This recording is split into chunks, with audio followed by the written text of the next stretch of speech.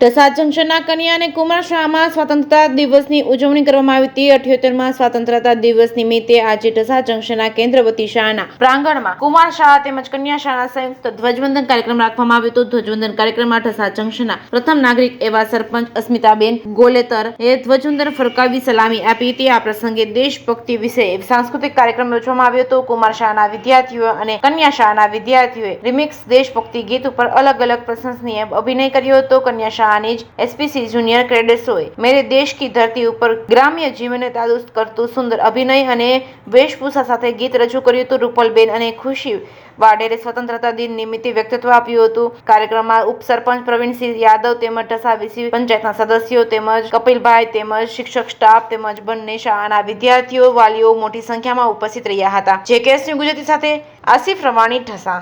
78માં સ્વાતંત્ર્ય દિન નિમિત્તે આજે ઢસા જંકશન કુમાર શાળામાં ઢસા જંકશન કન્યા શાળા અને કુમાર શાળાના સંયુક્ત ઉપક્રમે ધ્વજવંદનનો કાર્યક્રમ કરવામાં આવ્યો, જેમાં બંને શાળાની દીકરીઓએ દીકરાઓએ સરસ મજાના સાંસ્કૃતિક કાર્યક્રમ આપ્યો।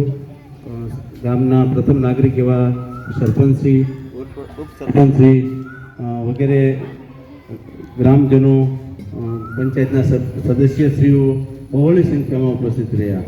સાથે શાળાના ભૂતપૂર્વ શિક્ષકશ્રી અન્ય બીજા નિવૃત્ત આર્મી જવાન વગેરે નિવૃત્ત શિક્ષકોશ્રીઓ ઉપસ્થિત રહી અને કાર્યક્રમની શોભા વધારી। આજે સર્વ લોકોએ એક મોટું સંકલ્પ લીધો છે કે હવે પછી કોઈ અમે વ્યસન નહીં કરીએ।